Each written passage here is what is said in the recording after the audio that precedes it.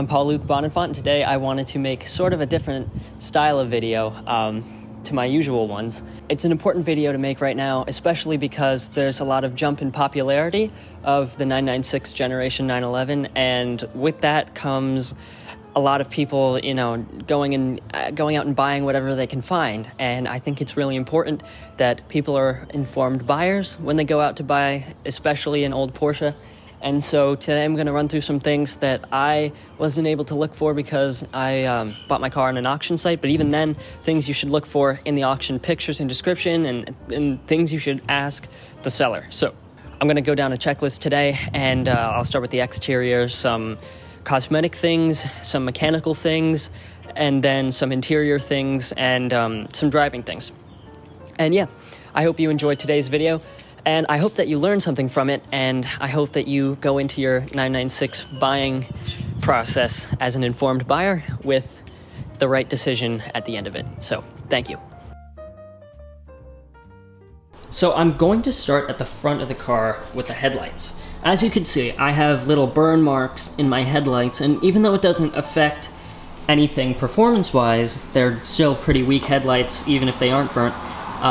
It's definitely something that you want to look out for before you purchase, because it's going to need replacing down the road. And there's a lot of upgrades that you could do with this, but again, something to definitely look for. And yeah, these aren't cheap. The next spot is definitely the grille. Now, it's not going to be able to show up very well in this video, but if you look back in there, the radiators are on either side, and you're going to want to make sure that if you look down there with a flashlight, you can't see any debris or anything like that, because that means the cooling has been blocked partially, and it could be leading to some further issues. So make sure that those have been cleaned and the previous owner has been taking good care of the car's cooling system. Now next, you're going to want to open the frunk. Now if it's an early car, 99 to I think some of the early 2000 model year cars are going to have these, and this is preferable to the buttons, because if the battery ever dies, you could still open up the frunk and the trunk or engine cover. But I know there's a way to get around it, but if they are a car with buttons, also make sure that the wiring is okay by pressing them both and making sure that it can open up. In the front, and mine is not the cleanest right now, you're going to want to look here at the brake fluid reservoir and make sure that it's been filled to where it's supposed to be, because if not, you might have to get your brake fluid flushed and replaced, and some more brake work that's going to be expensive. So, make sure you can check for a service record to make sure that was done, and doesn't have to be topped up or anything. Just general maintenance stuff you got to make sure that the previous owner was keeping up on. It's also a good thing to take anything out and feel around the bottom and make sure that there is no moisture. Next, you're going to want to remove this cover right here and check out the battery, just to make sure that everything in here is pretty sound. Look in the crevices and things to see if anything's too dirty or if there's leaves in there. And if possible, you can even remove these pieces and check the cabin air filter under there, make sure that that's been taken care of. Now, while you're in here, you can definitely check the options code to see sort of what options that the car you're looking at came with, see if any are missing. Like if you look at mine, it has listed right there, option 408. Now 408 were the hollow spoke turbo twist wheels that were from the 993 Turbo. This car, when I bought it, those were long gone. After that, you're going to want to check the brakes and suspension. Now, looking at these brake calipers and discs here, you could see that they're in pretty good shape. You could check pad life by looking in there a little bit more, but one more thing you're going to want to check on while you're in here is the bump stop and general health of the front suspension. Now, my car being lowered, this may be a little bit more difficult to see, but that little yellow piece all the way in there is the bump stop. Now, on most cars that aren't lowered, it'll be a little bit easier to see. Yeah, you want to make sure that that's not worn out. My car definitely was. I've since replaced the suspension, but check also the top mounts, make sure they're not too worn and rusted, because they have ball bearings in them, and when they're all rusted, you're not going to get as sharp and smooth of steering. Yeah, as these parts age, you're going to get a little bit of play in the front suspension, and when you drive it, it'll feel a bit wobbly, so just watch out for that. These aren't cheap, and they will be replaced later down the road.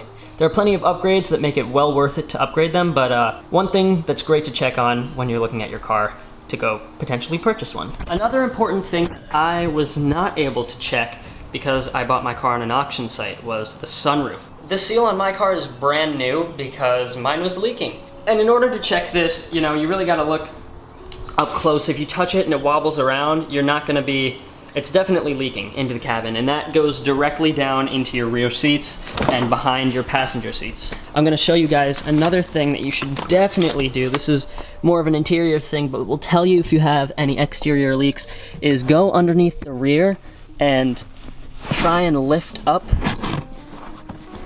the rear carpeting and make sure that there's no mold under there, make sure that there's no moisture, and that should be good. Now, when operating the doors especially, you have to make sure that this door, when you go to open and close it, comes down enough that you can pull it out and close it without it being an issue. That is one thing that breaks a lot. These are very intermittent window motors, so be very careful with that. Make sure that's working on both sides. And at the rear of the car, what you're going to want to look for is the exhaust tips. Usually on cars with bore scoring, it's less common on the 3.4 liter engines on the early cars, but you're going to want to check for excessive soot around the left exhaust pipe compared to the right one. When you actually start the car up and listen for ticking sounds, especially when you've already taken it out on a drive and you let it sit hot, just idling, you'll be able to hear it. If you go towards the right side of the car and just sort of stick your head back there, you should be able to hear if there's a tick. You're definitely going to want to check the dipstick and make sure that it's reading accurately to what the digital reader inside is saying. Also, a lot of people overlook the coolant expansion tank. If this is yellow and there's any bit of green or pink or clear looking liquid underneath the car, that's probably coolant coming from the expansion tank. I experienced this issue. It's very, very common, and yeah, typically it just requires a plug-and-play replacement.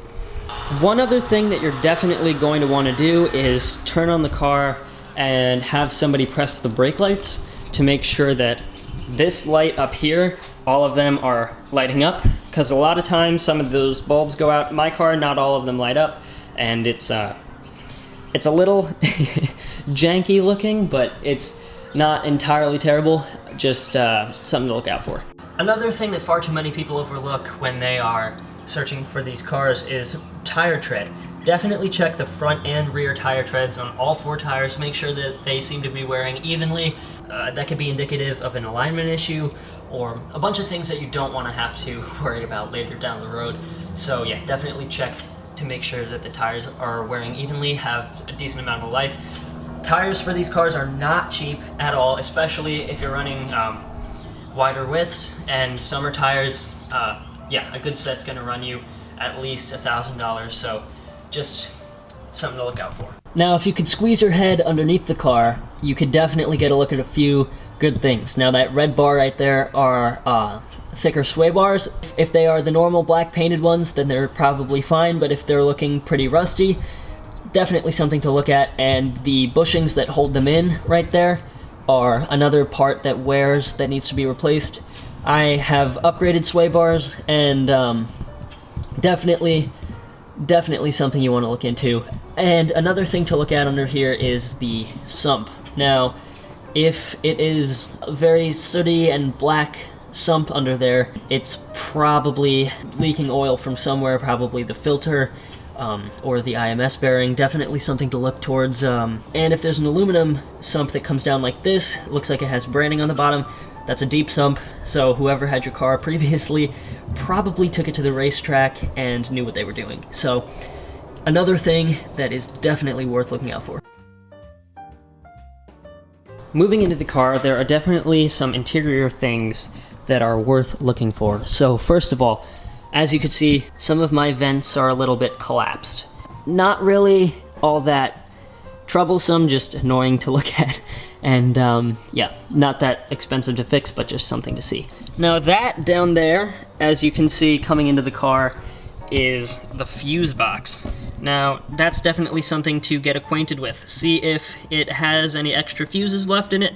If not, you're gonna have to go out and pick some up. Something that not many people think about, but very, very important to make sure you have them, because I've had a few fuses blow on me that stop the car from starting, or some certain functions from working properly. So there's a few things that you definitely want to look for, including these vents, right? These tend to break. Make sure that they're working properly. I think it goes without saying, check the overall condition of the leather, because it's something that you're going to have to work on if that's something that bothers you.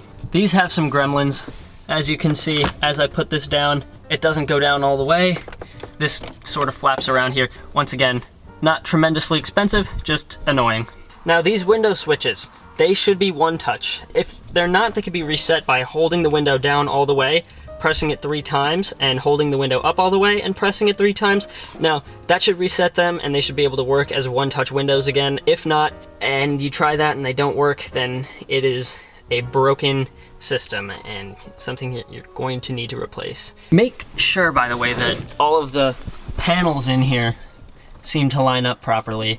If there's been work done to the interior, they may not line up as you'd want them to, so something to keep in mind to see, you know, what's been done and if it's been done properly. You're gonna want to turn this on and make sure that you're getting an accurate oil readout that's consistent with the one from the dipstick, and also in between those 2 dash marks. Overfilled and underfilled oil can be a problem, so just make sure to check that the previous owner has kept up with oil changes and topping up the oil. And also ask about consumption, because too much oil consumption can mean bore scoring or an IMS bearing or RMS leak. So all of those things are things to check up on. Now, mileage, very important. This car has 164,933 miles.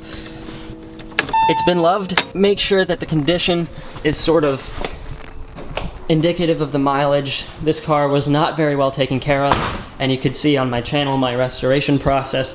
But yeah, you want to make sure that whoever has owned it has taken care of it. That sort of goes without saying, but you know, in a market where everyone's trying to buy these, definitely important to make sure that your seller is properly representing their car. As far as a quick buying checklist goes, definitely when you go to drive the car, make sure that there are no creaks and rattles that are beyond what would normally be expected for an old Porsche.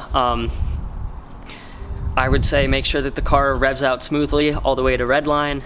Definitely do not rev the car above 3,000 RPM before it is all the way up to temperature.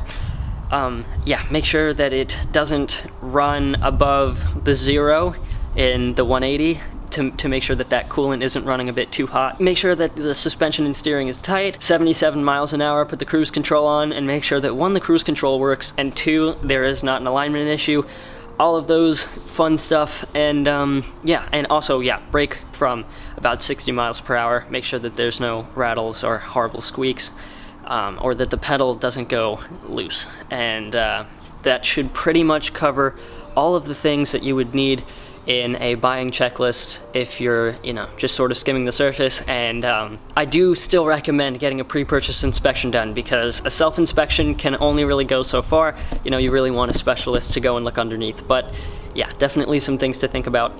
And let me know if you have any questions in the comments. I will be posting anything that I think of and forgot to in the comment section below or in the description. So yeah. Thank you for watching today's video. I really hope you guys enjoyed it. And yeah, so I really hope you learned something. And like I said in the beginning, I hope that you go into your purchasing decision, or if you have one, you know, learn something that you might need to look for in your car that you wouldn't otherwise have done. And yeah, so don't forget to subscribe and like this video, and I will see you in the next one. Bye, camera.